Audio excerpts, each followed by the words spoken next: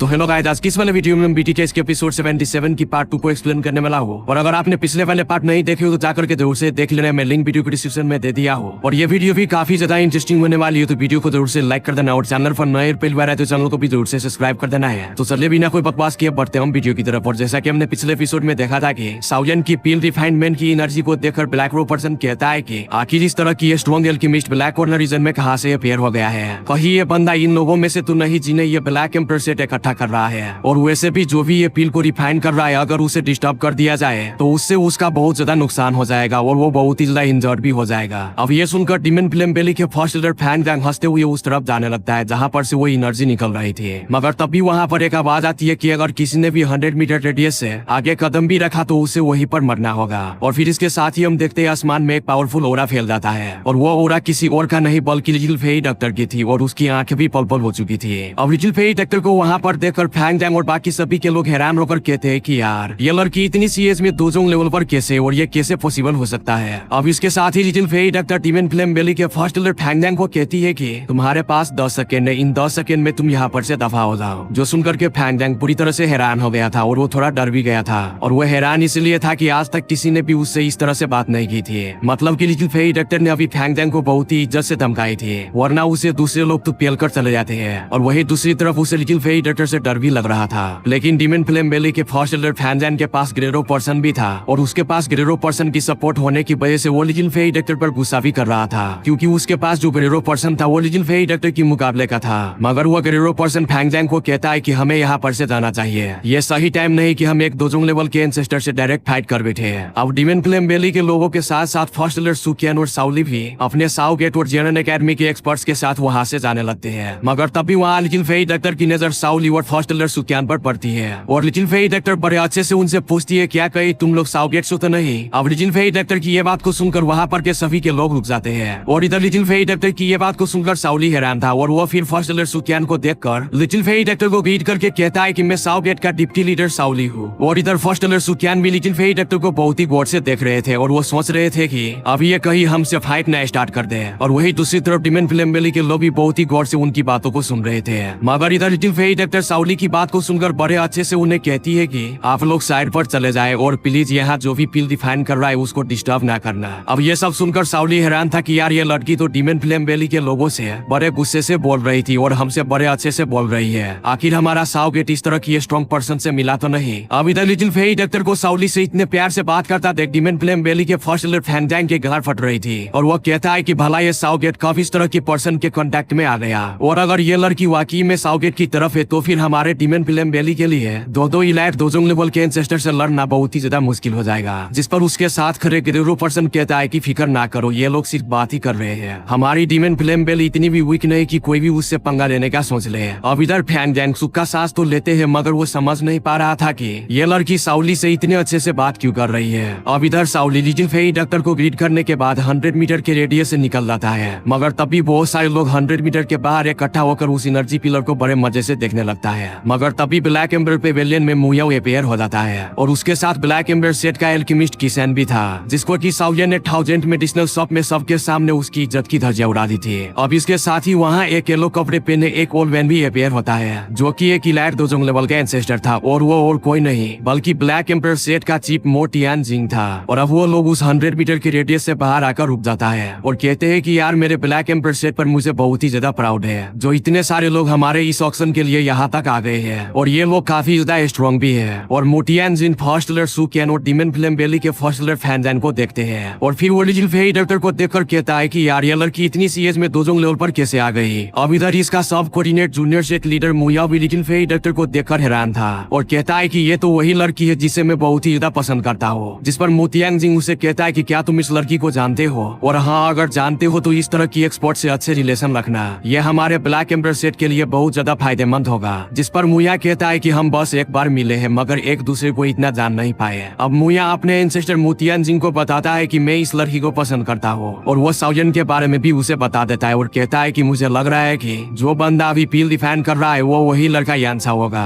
जिसने एल्डर किसन को 1000 medicinal shop में सबके सामने जलील कर दिया था। मैं हैरान हूँ कि इतनी सी एज में इसकी एल्केमिस्ट स्किल इस लेवल पर कैसे पहुंच गई। और जब पीछे खड़े किसन साउजन की इतनी तारीफ होते हुए सुनी तो उसकी गांड जल रही थी। अब इसके साथ ही चीफ मोटिया टियांगजिंग जल्दी से मुया और किसन को समझाते हुए कहता है कि बात जो भी हो, तुम दोनों इस लड़की और उस लड़के यान साओ और उसके साथ जो छोटी लड़की है उनसे कोई भी पंगा नहीं करोगे, क्योंकि उनसे पंगा करना हमारे लिए महंगा पड़ सकता है। जिस पर मुया झूठे मुंह यस चिप कह देते हैं। अब मुटियांजिंग कहता है कि इस बार बहुत सारे ओल्ड डिमेन इस बुद्धिस्टवादी ट्रांसफॉर्मेशन सलाइवा को लेने के लिए यहाँ पर आए हैं और हमें बस बैठ कर इन सभी का तमाशा देखना है। कोई मरे या जिए, हमें इसे कोई भी फर्क नहीं पड़ना चाहिए। अगर कोई इस बुद्धिस्टवादी ट्रांसफॉर्मेशन सलाइवा के बदले में अच्छी चीज देगा तो ये बुद्धिस्टवादी ट्रांसफॉर्मेशन सलाइवा हम उसी को देंगे। जो सुनकर के मुया अपना सर हाँ में हिला देते हैं। अब मुटियांजिंग मुया को कहता है कि क्या तुम इस लड़की को पसंद करते हो, जिस पर मुया अपना सर हाँ में हिला देते हैं। और फिर मुटियांजिंग लिटिल फेई डॉक्टर की तरफ देखकर हंसते हुए कहता है कि अगर ये लड़की तुम्हारी हो गई तो हमारे ब्लैक एम्बर सेट की पावर बहुत ही ज्यादा बढ़ जाएगी और ये हमारे लिए अच्छा है कि वो हमारी दुश्मन नहीं है। अब ये सुनकर के मुया बहुत ही ज्यादा खुश होता है और अभी के लिए उसे अपनी ये पेरेंट्स और फेस पर बहुत ही ज्यादा घमंड था, क्योंकि उसके बलबूते पर पिछले कुछ सालों में बहुत सारे टैलेंटेड लड़कियों के साथ बहुत ही मजे किए थे।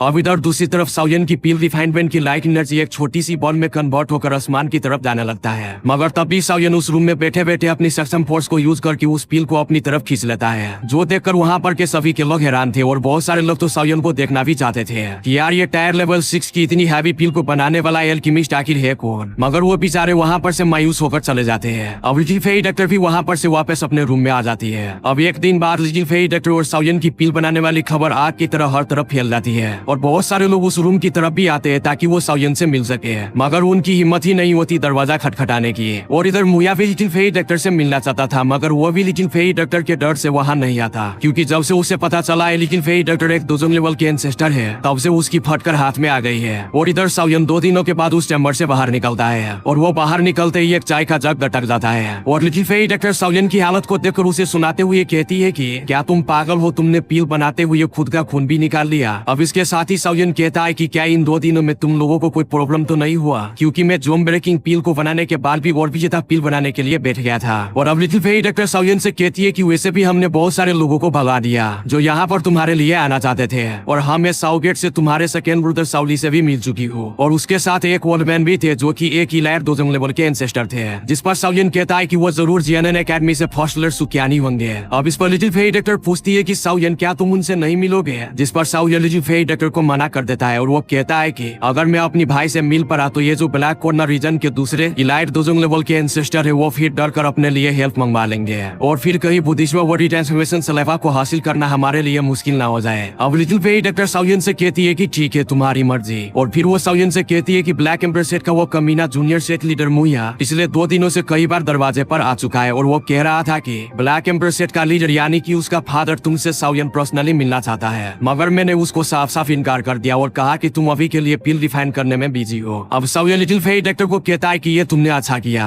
और फिर साउयन लिटिल फेई डॉक्टर से पूछता है कि आखिर ये ब्लैक एम्बर सेट के लीडर मोटियांग की स्ट्रेंथ कितने हैं, जिस पर लिटिल फेई डॉक्टर कहती है कि वह मोटियांग जिन भी मेरी तरह ही एक स्ट्रॉन्ग एंसेस्टर है और अभी के लिए वो दोजोंग लेवल के 4 स्टार पर है। और लिटिल फेई डॉक्टर साउयन को यह भी कहती है कि डिमेन फ्लेम वैली के फर्स्ट लीडर फैंगडेंग के पास जो ग्रेरो पर्सन था वो भी एक ही लायर दोजोंग लेवल का एंसेस्टर है। अब साउयन लिटिल फेई डॉक्टर की ये बात को सुनकर कहता है कि मुझे भी ऐसा ही लग रहा था कि डिमेन फ्लेम वैली इस कुत्ते फैंगडेंग को अकेले इस ऑक्शन में कैसे भेज सकता है, और रही बात वो ग्रेरो पर्सन की तो वो आखिर है कौन, मुझे उससे काफी ज्यादा फैमिलियर फीलिंग आती है। और फिर साउयन कहता है कि वैसे भी इस बार इस बुद्धिस्टवादी ट्रांसफॉर्मेशन सलाइवा के लिए बहुत सारे एक्सपर्ट्स आए हुए हैं, क्या पता कौन इस बुद्धिस्टवादी ट्रांसफॉर्मेशन सलाइवा को हासिल कर सकेगा। अब इस पर लिटिल फेई डॉक्टर साउयन को सुनाते हुए उसको आराम करने को कहती है, क्योंकि पील बनाने के चक्रों में साउयन पूरी तरह से एडजस्ट हो चुका था। अब लिटिल फेई डॉक्टर की ये बात को सुनकर साउयन रेस्ट करने के लिए चला जाता है। अब दूसरे दिन साउयन सुबह उठकर खुद को देखता है और अभी के लिए साउयन अपनी पीक पर था, और फिर वो खुद को और अपनी फेस को एक काले कपड़े से पूरी तरह से कवर कर लेता है। और जब लिटिल गर्ल जिया साउयन को काले कपड़े से कवर देखती है तो वो हंसने लगती है, मगर साउयन उसको भी जल्दी से एक काले कपड़े से कवर कर लेता है और साउयन उसे कहता है कि पीदी लड़की तुम इसे पहन के रखना, वरना ये ना हो कि बी ब्रदर साउली और फर्स्ट लीडर सुकियान तुम्हें पहचान ले। और बात रही लिटिल फेई डॉक्टर की, तो लिटिल फेई डॉक्टर को तो सभी लोगों ने कल देख ही लिया था, इसलिए लिटिल फेई डॉक्टर तुम्हें खुद को इस ब्लैक कपड़े से कवर करने की कोई जरूरत नहीं। और फिर साउयन ऑक्शन हाउस की तरफ जाने लगता है, मगर तब भी लिटिल गर्ल जिया साउयन से कहती है कि ऐसा नहीं हो सकता, जिस पर साउयन उसे कहता है कि क्या नहीं हो सकता, जिस पर लिटिल गर्ल जिया उसे कहती है कि जब तुम अपने बॉडी को पूरी तरह से कवर कर लोगे तो तुम्हें बाहर के लड़कियां कैसे देखेंगे कि तुम कितने बड़े ठरकी हो, जिस पर लिटिल फेई डॉक्टर हंसते हुए कहती है कि तुमने ठीक कहा जिया, जिस पर साउयन लिटिल गर्ल जिया की सिर पर मारते हुए कहता है कि तुम्हें यह नहीं बोलना था, तुमने स्क्रिप्ट नहीं पढ़ी थी क्या, जिस पर लिटिल गर्ल जिया उसे कहती है कि तुम स्क्रिप्ट को छोड़ो, तुम सच में बहुत ही बड़े ठरकी हो। और फिर साउयन लिटिल गर्ल जिया को मारने के लिए आगे जाने लगता है, मगर तभी लिखी गलती है वहाँ पर से भागने लगता है और कहता है कि ये वीडियो खत्म हो चुका है। तो जल्दी से जाकर चैनल को सब्सक्राइब कर लो और वीडियो यहाँ तक देख लियो तो वीडियो को भी लाइक कर देना। और ये साउयन कितने बड़े ठरकी है जो कि हम आगे वाले वीडियो में देखेंगे। तब तक के लिए bye bye tata, see you, खाओ पियो और मस्त रहो।